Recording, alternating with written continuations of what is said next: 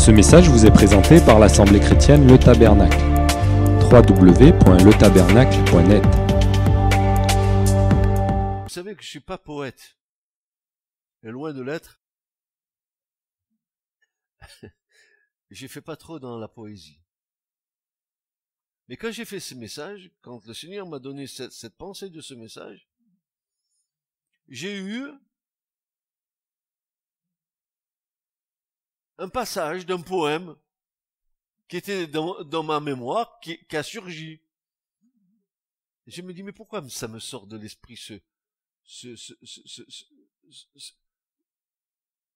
verset de ce poème? Et voilà, je vous le donne, c'est « Autant suspend ton vol ». C'est ce qui m'est sorti de l'esprit. Alors j'ai dit, mais qui c'est qui a écrit ça? Je savais que c'était un poète français. Et puis, je me suis aperçu en cherchant que c'était Lamartine. Vous connaissez Lamartine, non? Non. Alphonse, oui, il est connu. Parce que ceux qui ont fait un peu de littérature, ils savent qui est Alphonse de Lamartine. Et même si tu n'en as pas fait, on le connaît, c'est un auteur français très connu. Alphonse de Lamartine, qui est né, d'ailleurs, ce qui m'a interpellé, que c'est que cet homme-là, il est né dans une période très difficile, hein. Il est né en 1790, juste au moment de la Révolution française. Là où on coupait les têtes. N'est-ce pas? Il est mort en 1869. Donc c'est un homme qui a vécu certainement des périodes difficiles. Et voilà, j'ai quitté 3 strophes, parce que j'ai retrouvé son poème sur Internet. J'ai quitté 3 strophes que je vais vous livrer. La première strophe, d'abord, c'est le titre de ce poème, c'est Le lac. Il devait avoir un lac devant lui, je sais pas trop dans quelles conditions il a écrit ce poème, mais c'est le titre du poème. Et j'ai pris trois passages qui m'intéressaient vraiment. Voilà le premier passage. Ainsi, toujours poussé vers de nouveaux rivages, dans la nuit éternelle emportée sans retour, ne pourrons-nous jamais sur l'océan des âges jeter l'ancre un seul jour.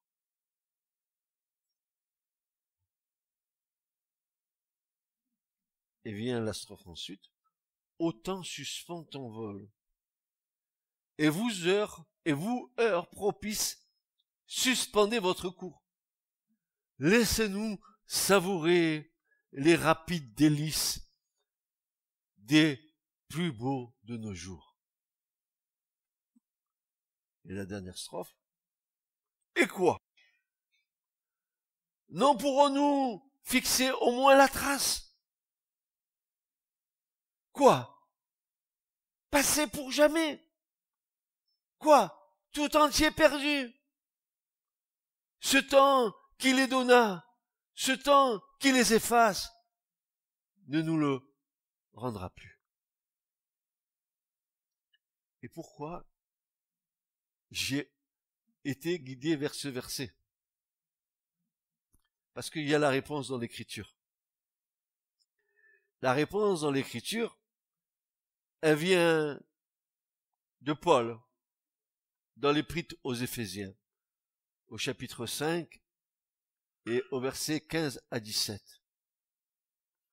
Où Paul nous dit, prenez donc garde.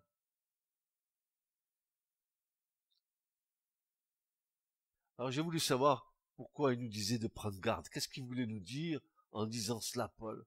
Prends garde.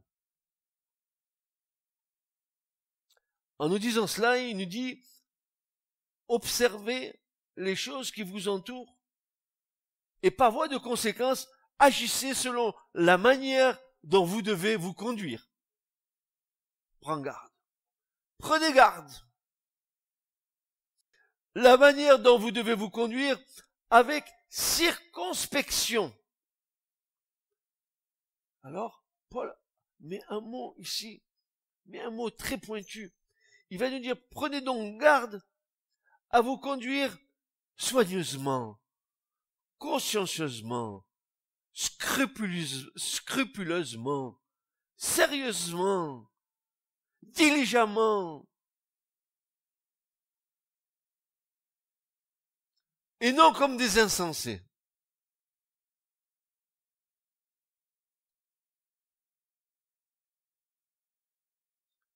C'est-à-dire comme une personne qui manque de sagesse. Mais, dira Paul, comme des sages. Et voilà. Il annonce la couleur. Il dit prenez garde. Et maintenant, il dit rachetez le temps.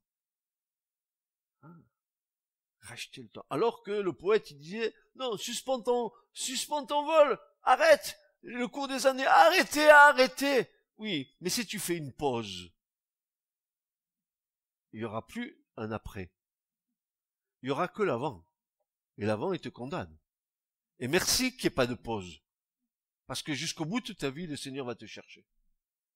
Amen. Il n'y aura pas une pause comme sur le magnétoscope, ni sur le DVD. Non, pas du tout. Non. Oh, temps suspend ton vol, dit le poète. Et l'Écriture dit, rachetez le temps. Rachetez le temps, mettre à profit, user changement de toute opportunité de faire le bien, de façon que ce zèle soit la monnaie qui fasse du temps notre propriété, car les jours, dit Paul, sont mauvais. Rachetez le temps, car les jours sont mauvais. Il dit, prenez garde, rachetez le temps, car les jours sont mauvais. C'est pourquoi, et c'est causal, il dit ça, il dit, c'est pourquoi, si je vous dis ça, c'est parce que je ne veux pas que vous soyez inconsidérés. C'est-à-dire que vous soyez insensés, sots, stupides, sans réflexion ou intelligence, agissant d'une façon téméraire, mais comprenez quelle est la volonté de Dieu. On est loin de Lamartine.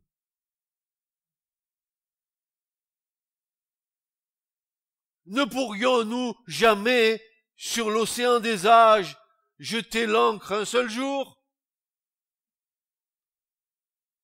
Prenez garde, rachetez le temps, car les jours sont mauvais. Mais comprenez quelle est la volonté de Dieu à votre égard. Paul nous dit que les temps et que les jours sont mauvais. Mais étaient-ils plus mauvais à son époque qu'ils ne le sont aujourd'hui pour nous? Est-ce que la période de Paul était plus mauvaise que la nôtre aujourd'hui? Pourtant, la situation de notre génération s'est drôlement détériorée. Vous êtes d'accord avec ça? La question est de savoir et de comprendre pourquoi Paul nous conseille de racheter le temps. Pourquoi nous dit-il cela? Nous allons comprendre pourquoi. Y a-t-il un proverbe dans le monde qui dit que le temps perdu ne se retrouve jamais? Jamais. Paul veut parler du temps qui passe et du temps qui passe vite. Vous avez vu comment les semaines, les mois, les années défilent? On est déjà fin 2017. Vous avez vu comment les semaines passent? Les mois passent. Les années passent. Autant suspend ton vol. Ça passe. Ça passe. Paul veut parler du temps qui passe et qui passe vite. Comme les autres auteurs du Nouveau Testament, il a une conscience aiguë de la précarité du temps. Il va s'écrier aux Corinthiens, dans 1 Corinthiens 7, 29, il va dire, frère, le temps est court. Et si le temps est court, tu ne peux pas dilapider ton temps. Tu ne peux pas perdre ton temps en vaines choses.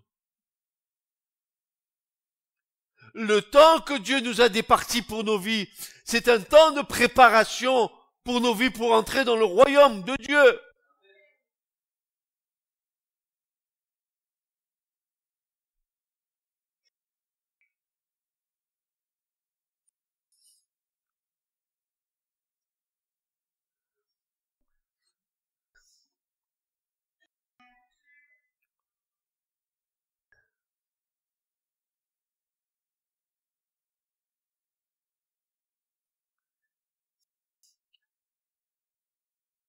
le temps est court.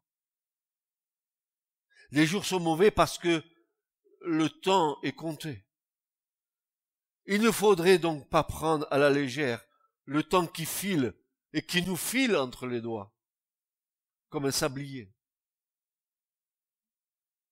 Mais le racheter, en profiter au maximum, en saisir toutes les occasions, lancer en quelque sorte une OPA sur le marché du temps, consacrer notre temps au Seigneur. Le temps est une notion qui nous échappe. Nous ne le maîtrisons pas.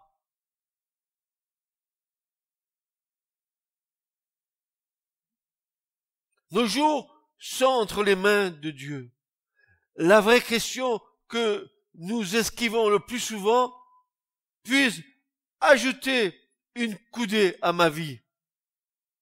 Et Jésus de répondre, mais qui de vous, par ces inquiétudes, peut ajouter une coudée à la durée de sa vie?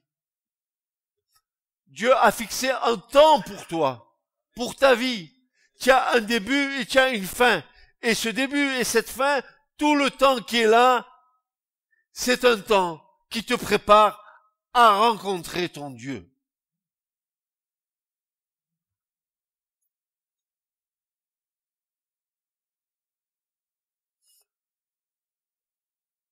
Personne ne peut ajouter une coudée à la durée de sa vie. Non, tel un sablier, il s'écoule sans possibilité pour nous d'en arrêter l'inexorable processus. Nous sommes limités par notre propre temps terrestre, un début et une fin sur lesquels nous n'avons aucun pouvoir. Et c'est bien ce qui embête l'homme, de ne pas pouvoir maîtriser sa propre vie comme il l'entend. Je nais quand je veux, je meurs quand je veux.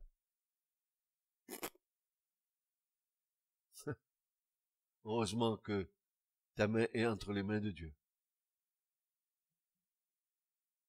Et pour l'instant, n'est-ce pas, nos esprits finis ne peuvent concevoir l'infini. Ça, c'est vrai. Nous sommes terrestres. Nous sommes de la terre. Notre connaissance est limitée au plan terrestre. Viendra un temps où la connaissance sera plus limitée. Elle aura une connaissance totale de l'éternité, de l'infini, connaissance de Dieu. Pour l'instant, oui, limitée. Un début, une fin. Alors bien sûr, la vie passe tellement vite. Et pris dans ce tourbillon, nous n'avons plus le temps de mesurer cette inexorable fuite en avant. Nos jours, dit le psalmiste, car mes jours s'évanouissent comme la fumée.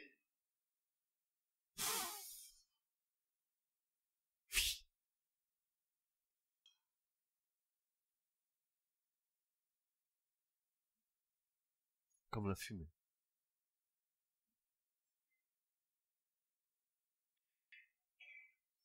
Et s'évanouissent comme la fumée, et mes os sont brûlés comme un foyer. Psaume 102, verset 3.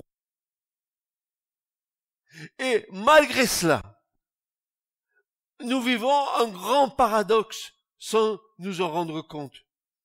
Jésus a déclaré, celui qui croit en moi, maintenant, il a la vie éternelle. Regarde le paradoxe. Je suis limité, mais je suis dans la vie éternelle. Comment je vais réaliser cela? Je dois préparer mon éternité. Je dois préparer ce que je serai en haut avec la grâce de Dieu. Je dois y travailler. C'est pour ça que Paul dira, mais travaillez avec crainte et tremblement à votre salut. Ne cessez de travailler à votre salut pour que vous soyez agréable à Dieu. Qu'est-ce que tu veux? Faire un coup de pile ou face? Tu veux pile 70 ans de ta vie, face l'éternité. Qu'est-ce que tu choisis?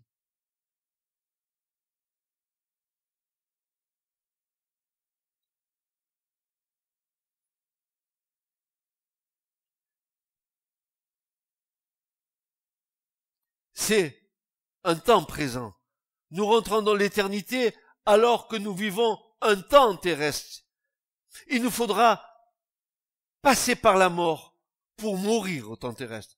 Certains auront cette grâce et ce grand privilège de ne pas subir la mort lors de l'enlèvement de l'Église. Mais prendre conscience que nous sommes entrés dans la vie éternelle n'est pas une mince affaire.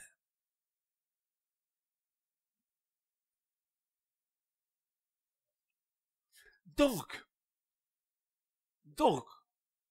ça coule de source. Si on nous demande par la bouche de Paul de racheter le temps, ça veut dire que vous et moi, nous sommes administrateurs du temps que Dieu nous a donné. Nous devons administrer le temps que Dieu nous a confié. Alors, bien sûr, une réflexion s'impose à nous. Nous sommes donc administrateurs, gestionnaires, économes du temps que Dieu nous a imparti, responsables de la grâce de ce temporel que Dieu, dans sa grande bonté, nous a accordé. Nous sommes responsables du temps de la grâce que Dieu nous a accordé. Alors, je vais poser la question maintenant, qu'est-ce que nous en faisons?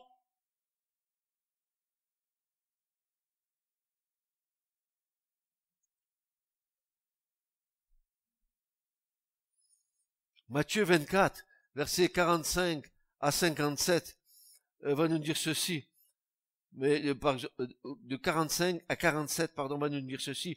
Qui est donc l'esclave fidèle, c'est-à-dire l'esclave vrai, loyal, sûr et prudent, c'est-à-dire intelligent, sage, avisé, que son maître a établi sur les domestiques de sa maison pour leur donner leur nourriture au temps convenable. Bienheureux est cet esclave que son maître, lorsqu'il viendra, trouvera faisant ainsi. En vérité, je vous dis qu'il l'établira sur tous ses biens.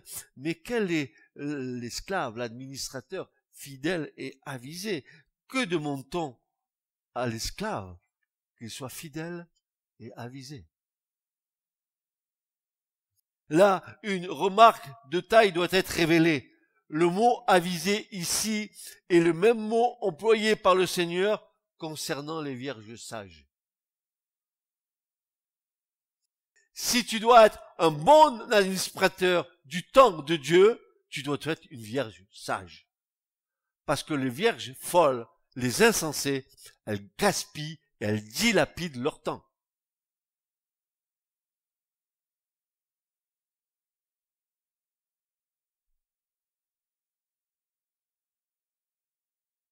Une première conclusion s'impose à nous.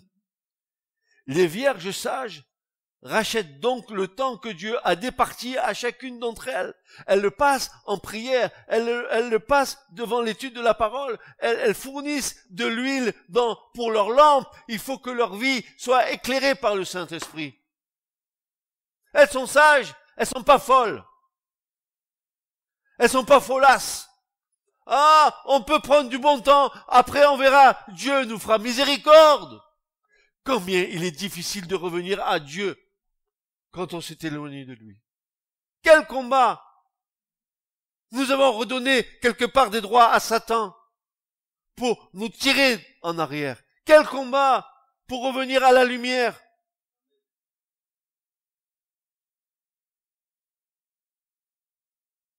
Les vierges sages rachètent donc le temps que Dieu a départi à chacune d'entre elles. Nous en sommes donc les intendants, dépositaires d'un trésor, le trésor du temps utile pour travailler à notre salut avec crainte et tremblement, dans lequel nous trouvons le temps de notre relation avec le Seigneur. Alors, mes frères et sœurs, il faut que nous soyons vrais. Vous savez que je n'aime pas les demi-mesures. Il y a une sœur une chère sœur avec qui j'ai beaucoup de partage en ce moment, elle me disait ceci: tu sais, Francis, depuis que je te connais, tu as toujours été pareil, tu es tout entier. Elle a raison. Si ça doit faire gratter les oreilles aux uns aux autres, peu importe, je suis pas là pour vous faire plaisir, je suis là pour annoncer la parole de Dieu. Maintenant, de quelle façon gérons-nous notre temps? Et au service de qui le mettons-nous? À notre service? Au service de nos plaisirs et de nos jouissances terrestres? Au service de nos ambitions et de nos projets humains? Au service de Dieu? Ne dilapidons pas le temps qui nous a été imparti pour notre préparation à l'entrée dans le royaume de Dieu. Racheter le temps suggère l'idée d'un prix à payer. Je rachète, c'est une question de... quand on dit on rachète quelque chose, il y a de l'argent, mais c'est une question de prix à payer. Es-tu prêt, es-tu prête à payer le prix pour racheter le temps? Ça veut dire quoi, Francis, cette histoire? De quoi tu nous parles ce matin? Racheter le temps suggère l'idée d'un prix à payer, d'un sacrifice à supporter.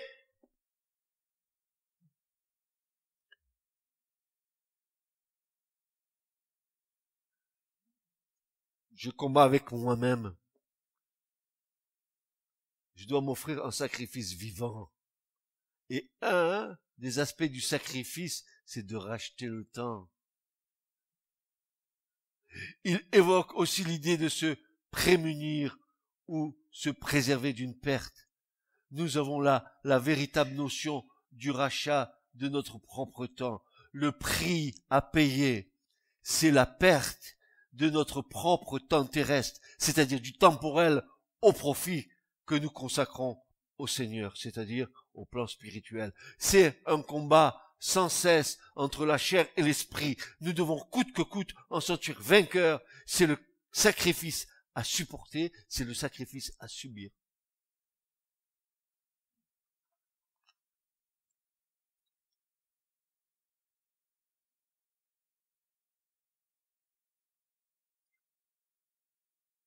Racheter le temps.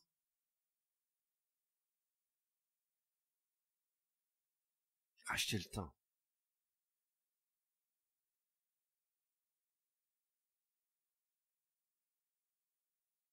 Le temps dont nous disposons pour être mis au service de notre Maître et utilisé pour notre enrichissement spirituel, ce temps-là, pour nous, il est très court.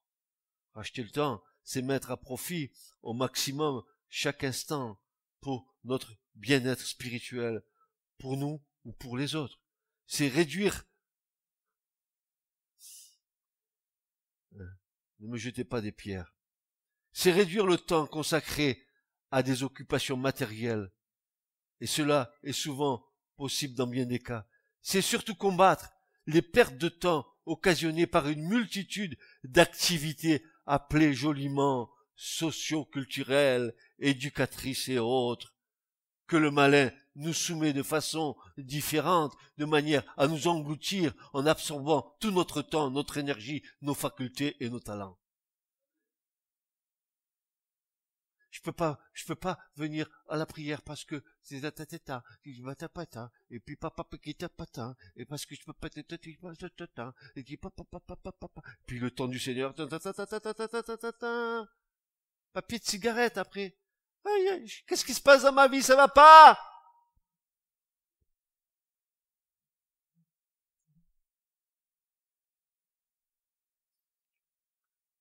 Est-ce que tu voudrais avoir une foi dans un SMIG de la foi?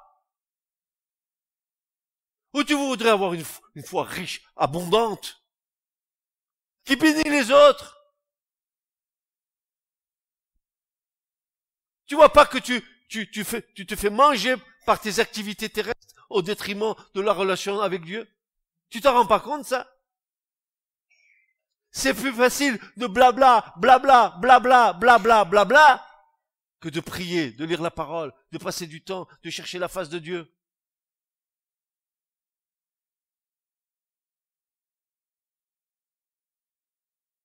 C'est surtout combattre les pertes de temps occasionnées par une multitude d'activités appelées joliment les activités socioculturelles, éducatrices et autres.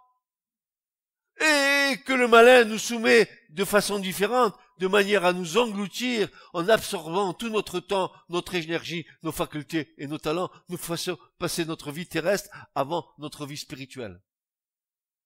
Et là, ne me racontez pas des histoires, parce que je connais l'histoire. Faut arrêter avec toutes les excuses que nous trouvons. Nous faisons honte à Dieu.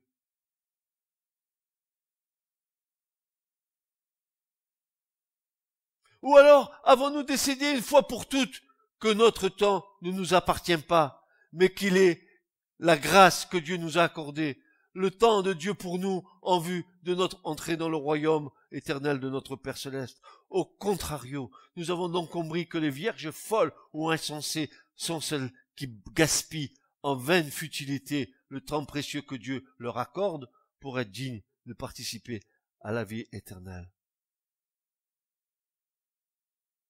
Maintenant, regardons dans quel contexte Paul fait cette citation. Regardons ce qui est dit au verset précédent de celui que nous venons de vivre. Il est dit en Éphésiens 5, 14, c'est pourquoi il est dit, réveille-toi, toi qui dors.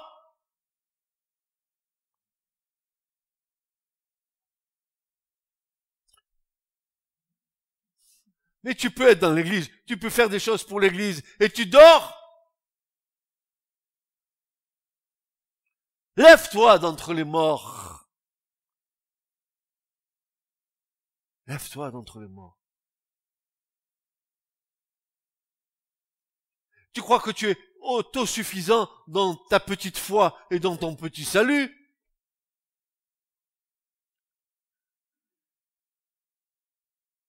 Je disais, il y a bien des années, je disais à l'église, il y a bien des années en arrière, je disais, mais certains chrétiens, ils sont sous perfusion.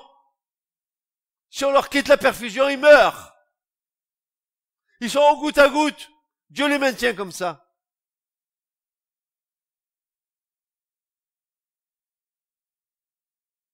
Réveille-toi, toi qui dors. Relève-toi d'entre les morts, et le Christ luira sur toi.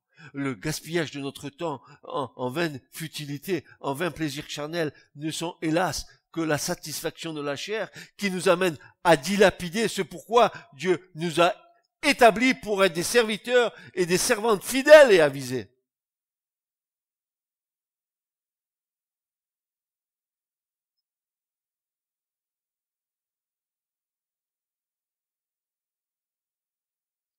Le psalmiste dira dans le psaume 90 et verset 8, « Enseigne-moi ainsi à compter nos jours, enseigne-moi à compter mes jours. » Chaque jour qui passe est un jour qui devrait nous faire grandir spirituellement dans le Seigneur.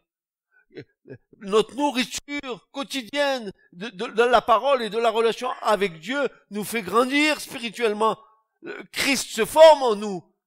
Qu'est-ce que tu veux? Rentrer dans le royaume avec un petit fœtus de Christ ou une plénitude de Christ en toi?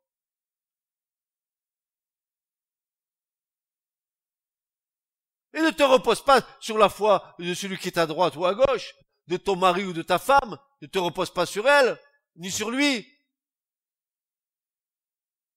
Chacun rentrera pour sa part dans le royaume de Dieu. Ma femme, moi, mon mari, mon truc, mon chien, mon machin. Vous savez l'histoire, le violon, on les connaît, hein. Et puis, il y a encore un autre proverbe dans le monde qui dit on n'apprend pas à un vieux singe à faire la grimace. Ou le vieux singe, il fait semblant de ne pas entendre.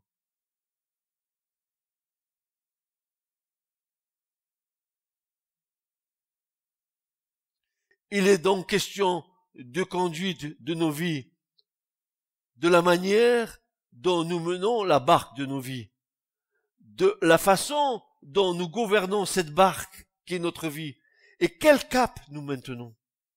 S'il y a une conduite de nos vies, il y a forcément un code de conduite, afin que nous ne nous embarquions pas dans des fautes de conduite. Nous avons à notre disposition tout un code de conduite dans les Saintes Écritures qui nous enseigne à ne pas dilapider le potentiel tant que Dieu a fixé de sa propre autorité sur chacune de nos vies. Nous devons l'observer avec attention et minutie en regard de l'amour que nous portons à notre Père Céleste. Je comprends mieux pourquoi l'Écriture dit qu'on ne se moque pas de Dieu. Que ce que l'homme il aura semé, aussi le récoltera. Je comprends. Vous croyez que c'est toujours dans les mauvaises choses. Mais Dieu nous attend sur d'autres plans. Il sera plus exigeant de nous, plus nous savons les choses de Dieu, et plus Dieu nous jugera de la mesure dont il nous a donné. Tu pourras pas dire à Dieu, j'ignore.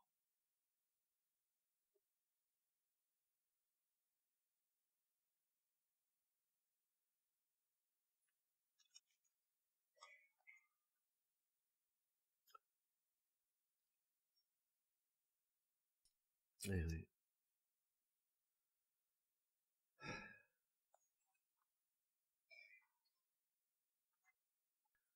Le Saint-Esprit aurait-il purifié nos consciences des œuvres mortes pour qu'à nouveau nous les anesthésions, que nous fassions taire nos consciences?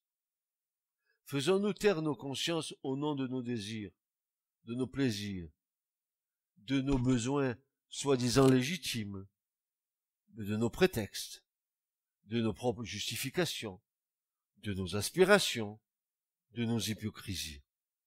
Et nous en passons, car nous savons, vous et moi, combien nos âmes peuvent être tortueuses, et combien en contrepartie, combien le Seigneur use de patience envers nous.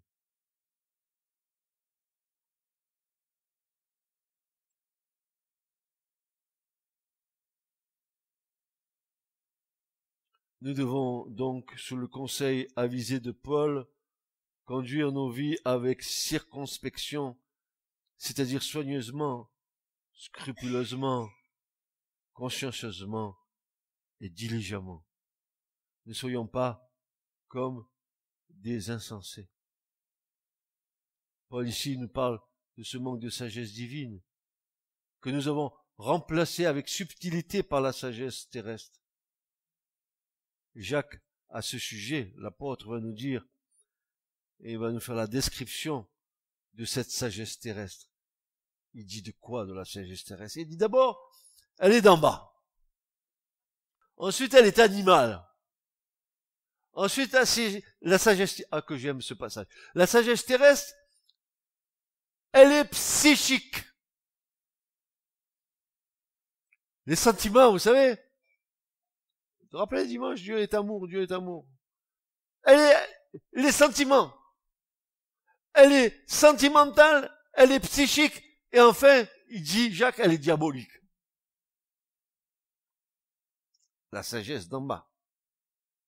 Maintenant, celle d'en haut, la sagesse divine, elle est premièrement pure, ensuite pacifique, modérée, conciliante, pleine de miséricorde et de bons fruits, exempte de duplicité et exempte d'hypocrisie.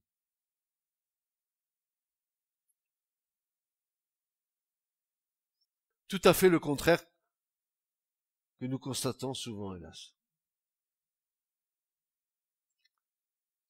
Alors pourquoi Paul nous parle de racheter le temps? La réponse est que les jours sont mauvais. Et nous disons, les jours du temps de Paul étaient-ils plus mauvais que les nôtres, nous qui arrivons à la fin des temps?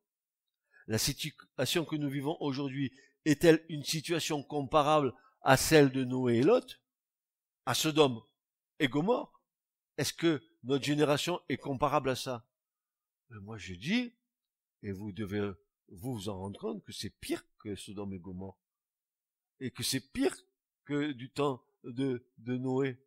Je disais à mon épouse ce matin, je disais, regarde le monde, il est fou, ils se marient, ils mangent, ils boivent, ils font la fête, comme du temps de Noé. Et au moment où ils s'attendent pas, ça va arriver. Vous avez pas vu comment le diable est tellement fort comment il agit dans les puissances des médias, dans la puissance qu'il a à sa disposition pour détourner l'attention des gens.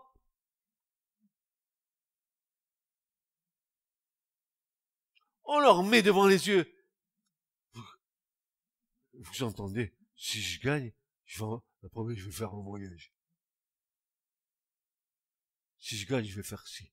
Si je gagne, on vous offre, dit-il, 1500 € par mois pendant 13 ans, en 2030. Et moi, quand j'ai entendu ça, j'ai dit, eh ben, mon pauvre, si toi tu vois 2030, moi je fais un pari avec toi, qu'en 2030, le gars il touchera pas ses 1500 € par mois. Parce que le Seigneur, il sera revenu avant.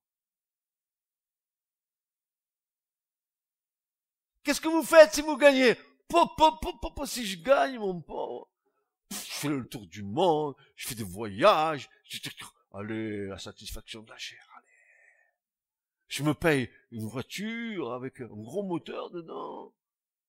Je fais le tour du monde. Ah, que je vais m'instruire. Tu t'instruis des choses de la terre et tu es en train de mourir à la vie éternelle. Choisis.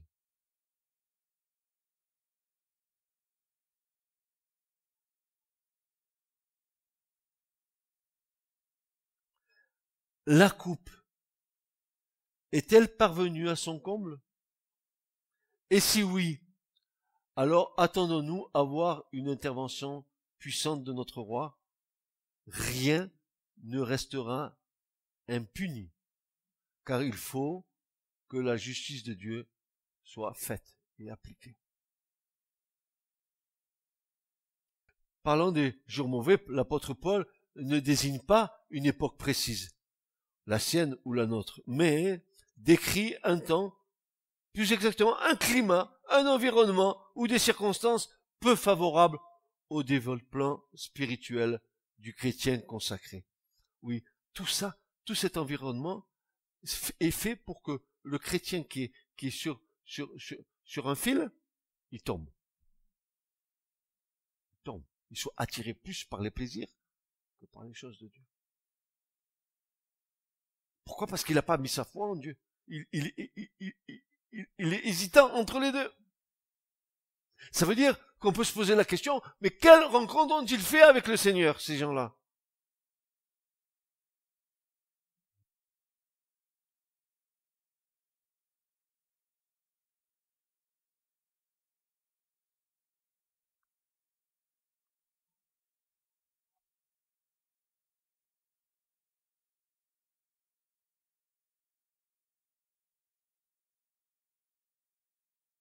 Nous sommes appelés à sortir du monde et à nous séparer de son esprit hostile et opposé à l'esprit d'en haut. Le monde n'est pas un milieu propice pour l'épanouissement spirituel de ceux qui ont fait alliance avec l'Éternel par le sacrifice. Garde-toi. Protège-toi. Demande au Seigneur qu'il soit ta haie protectrice, parce que l'Écriture dit que chaque fois que tu sors en dehors de la haie que Dieu a mis autour de ta vie, chaque fois que tu franchis la haie, c'est-à-dire chaque fois que tu transgresses la volonté de Dieu, l'Écriture nous dit que derrière il y a un serpent qui pique. Il t'attend. Chaque fois que tu sors de la volonté de Dieu, l'ennemi il est là. Tu fais pour lui une occasion terrible. Terrible.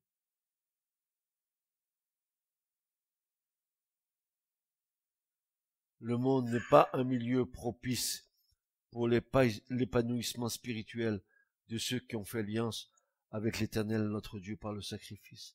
Les jours sont mauvais, car toutes les forces du mal semblent se liguer pour nous décourager à soutenir et à continuer le bon combat de la foi que nous avons engagé, en s'efforçant de mettre en évidence nos fautes et nos faiblesses, nous rappelant sans cesse notre origine misérable, parce que nous sommes nés dans un monde de péché. Mais mais il a plu à l'Éternel. Et selon son arrangement de créer une classe, un petit troupeau qui sera pour l'éternité dans les cieux, un admirable joyeux que Dieu contemple. Regardez mes enfants. Dis aux anges, regardez mes enfants en bas. Ils se gardent. Ils sont consacrés. Ils sont saints. Ce sont mes enfants. Que personne ne les touche. Et je disais à Yvette ce matin, je disais qu'il y ait quoi que ce soit qui vienne, qui perturbe, des guerres, je sais pas, tout ce que vous voudrez, des choses les plus mauvaises, Dieu nous gardera. 10 000 tombent à notre droite et 1000 à notre gauche, nous ne serons pas touchés, car il donne ses ordres à ses anges. Amen. Alléluia. Nous sommes aimés de Dieu et gardés de Dieu, mes frères et sœurs. Nous sommes, nous sommes plus précieux que la prunelle de ses yeux. Nous sommes sur son cœur. Mes frères, mes sœurs, sommes-nous tourmentés comme Lot, ce juste, accablé par la conduite débauchée des hommes perverses? Car ce juste qui habitait parmi eux, les voyant et les entendant, tourmentait son âme, juste de jour en jour, à cause de leurs actions uniques. Frères et sœurs, faisons attention à la manière dont nous écoutons et avec qui nous parlons, que nos oreilles n'entendent pas les pourritures du monde qui viennent rentrer dans nos oreilles pour ensuite nous mettre mal à l'aise par le Saint-Esprit en nous-mêmes. Séparons-nous de ces choses-là. Ne souillons pas le temple du Saint-Esprit qui est en nous.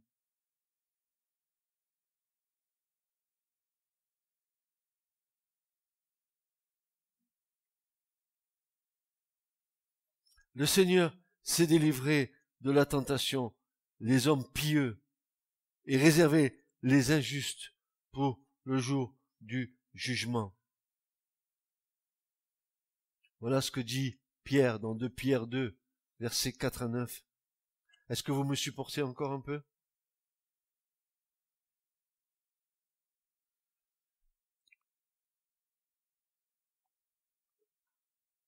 De Pierre 2, versets 4 à 9. Voici ce que l'apôtre Pierre dit. Car si Dieu n'a pas épargné les anges qui ont péché,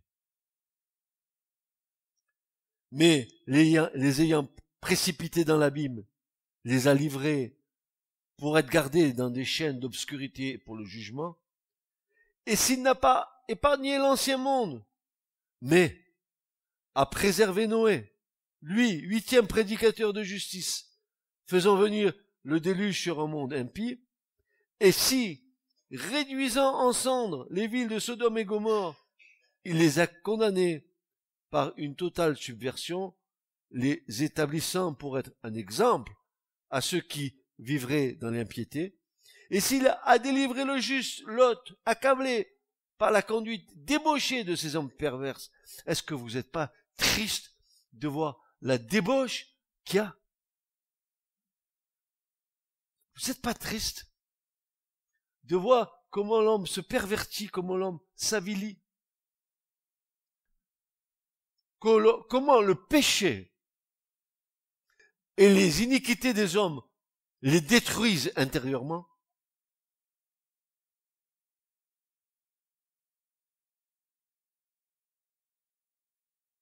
Et si l'intérieur est détruit, alors l'extérieur suit de pair.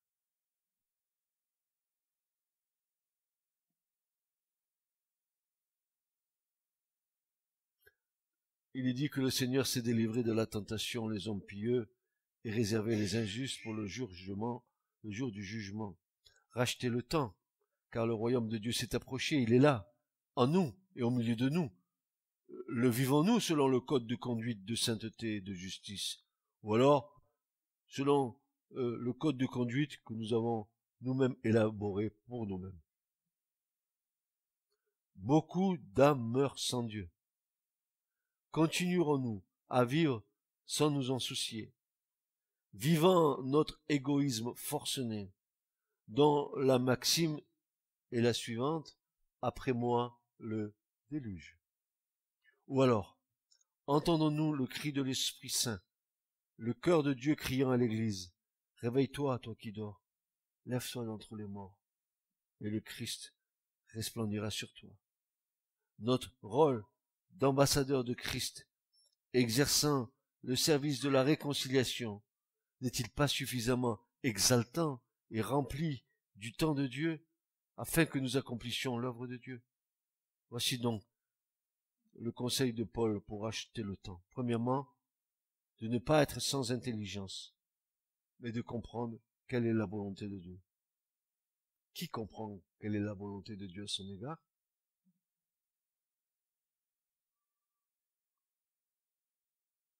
Souvent, nous prenons la volonté de Dieu et c'est notre propre volonté qui agit. Nous disons, oh, mais Dieu m'a parlé, Dieu m'a dit ça, Dieu m'a dit ça. Ouais. J'ai lu l'Écriture, hein. Ça fait des années que je lis l'Écriture. Et je vois pas un Dieu bavard. Je vois plutôt un Dieu très économe des paroles qu'il donne. Alors que nous, c'est blablacar, blablabla. Dieu parle. Dieu m'a dit. Ah, qu'est-ce qu'il t'a dit, Dieu? Dis-moi, raconte-moi ton histoire. Qu'est-ce qu'il t'a dit, Dieu?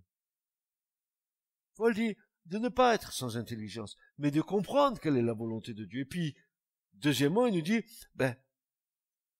pour racheter le temps, soyez remplis de l'Esprit Saint. Si nous marchons par l'Esprit, nous ne serons pas conduits par l'esprit du monde. Notre mentalité doit être changée. Elle est le signe profond de notre repentance.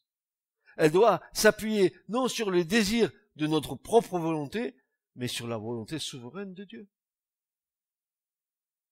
Troisièmement, nous devons vaquer aux exercices spirituels.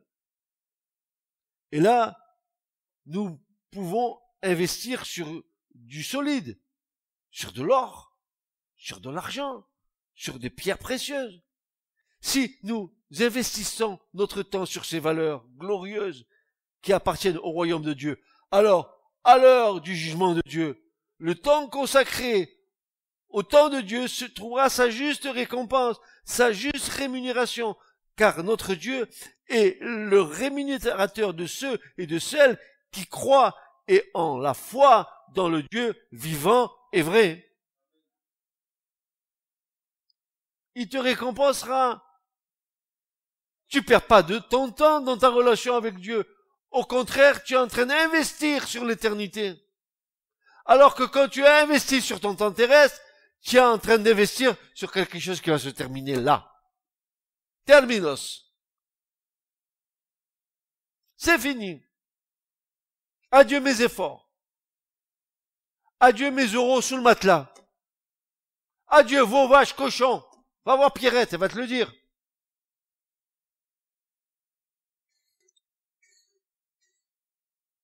Maintenant,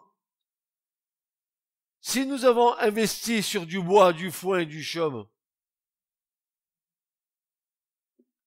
sur ce qui est prêt à brûler, qui n'a aucune consistance, aucune valeur, voilà ce que Paul dit, 1 Corinthiens 3, versets 12 à 15. Il dit ceci, 1 Corinthiens 3, versets 12 à 15. Il dit, l'ouvrage de chacun sera rendu manifeste. Manifeste devant tous. Tu sais, tous les blabla, tous les talala, tous les tracas, tous les trucs que tu dis pour couvrir une vérité que tu veux pas dire, ça sera rendu manifeste. Car le jour le fera connaître. Amen, le jour le fera connaître. Parce qu'il est révélé en feu. Et quel est l'ouvrage de chacun? Le feu l'éprouvera. Si l'ouvrage de quelqu'un qu'il aura édifié dessus demeure, il recevra une récompense. Mais si l'ouvrage de quelqu'un vient être à consumer, il en éprouvera une perte. mais lui-même, il sera sauvé, toutefois, comme à travers le feu. Maintenant, frères et sœurs, je conclus. Une profonde réforme doit être envisagée dans nos vies d'une manière urgente. Pourquoi urgente? Pourquoi c'est une réforme urgente? Maîtrisons-nous le temps? Maîtrisons-nous le temps? Certes, non. Car l'Écriture nous dit, ne te vante pas du lendemain, car tu ne sais pas ce que ce jour peut enfanter. Ici encore, il est question de temps. Ne dilapidons pas le temps de Dieu, mais consciencieusement, appliquons-nous à gérer ce temps-là, avec sagesse, comme des serviteurs fidèles et avisés. Ce message vous a été présenté par l'Assemblée chrétienne Le Tabernacle. www.letabernacle.net